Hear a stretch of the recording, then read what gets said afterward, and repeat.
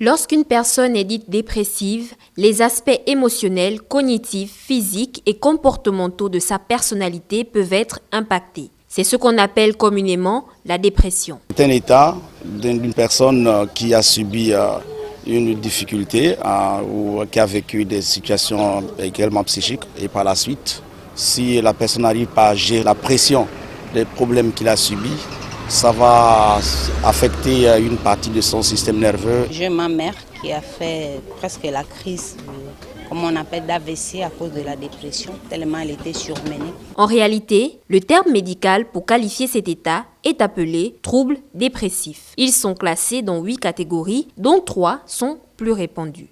On a par exemple une forme classique qu'on appelle des troubles disruptifs avec dysrégularisation émotionnelle. C'est une forme de dépression, mais qu'on retrouve essentiellement chez des personnes qui sont âgées entre 7 et 17 ans. Et la particularité de ce trouble, c'est surtout l'irritabilité excessive. Il y a le trouble dépressif induit par une substance ou un médicament. C'est-à-dire, il y a des personnes qui peuvent s'injecter des médicaments ou ingester des médicaments ou même des drogues. Et quelques temps après, pour certains en général, après 1 mois, la personne va commencer à présenter une humeur dépressive. Il y a une autre forme aussi, on parle des troubles dépressifs liés parfois au cycle prémenstruel. Donc en général, ça apparaît le plus souvent chez la femme après la période d'ovulation et ça termine quelques jours après ses règles. Il existe toutefois des signes communs qui permettent de déterminer si vous ou l'un de vos proches souffre d'un trouble dépressif. C'est vrai qu'il existe différentes formes, mais il y a quand même une particularité. C'est l'humeur triste, vide ou irritable.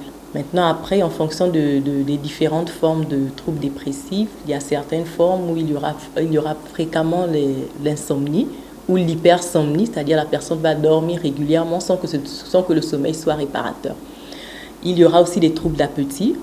Il y aura aussi une perte ou un gain excessif de poids, sans régime apparent. C'est souvent après un traumatisme ou un changement brusque qu'apparaissent les premiers signes.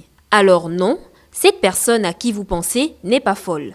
Plutôt que de l'acculer, orientez-la vers un psychologue.